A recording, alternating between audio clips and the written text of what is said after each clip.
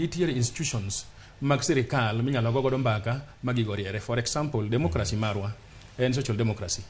Ma waonge kod official leader of opposition e katiba wa, nyocha neno ka president oyie mondo kete, to wantie gi minority kod majority. Leadership gite or represent formations mantiere siasa marwa ma Kenya ka.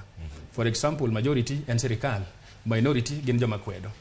Wanyalo tiyo gi jawago mondo advance motions e National Assembly, gi advance bills e National Assembly mondo ket okenge mabeyo mondo uchumi maro dhi malo, ji oyud nafas mag tije, mondo jende ma samoro ywak ni piny tekgi oyud kaka bende wadhi godo kokalo e katiba.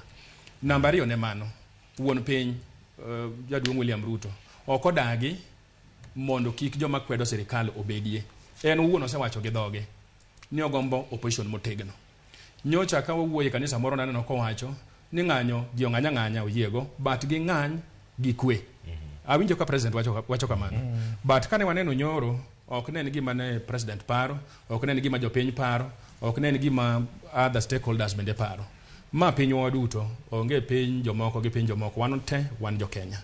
To ka wan jo Kenya kamano, ok wanyal yie ni the foregoing circumstances ketho mana mwandu makaluo kocha, ka jomoko to mwandu gi okongore akonga, koro ojendewa, minewa, wedewa matiyo kuondego, koro ok yud nafas nikech giketho kendgi.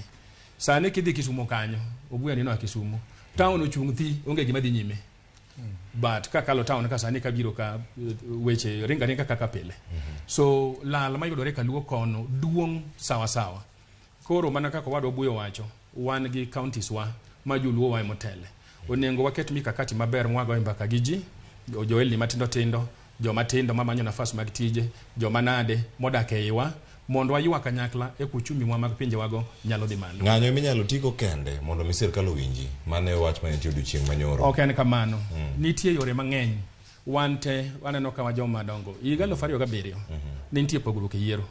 Sama ne ni Kibaki oloyo, to ba jaduong' Raila Odinga bende wacho ni noloyo. Ne ok ji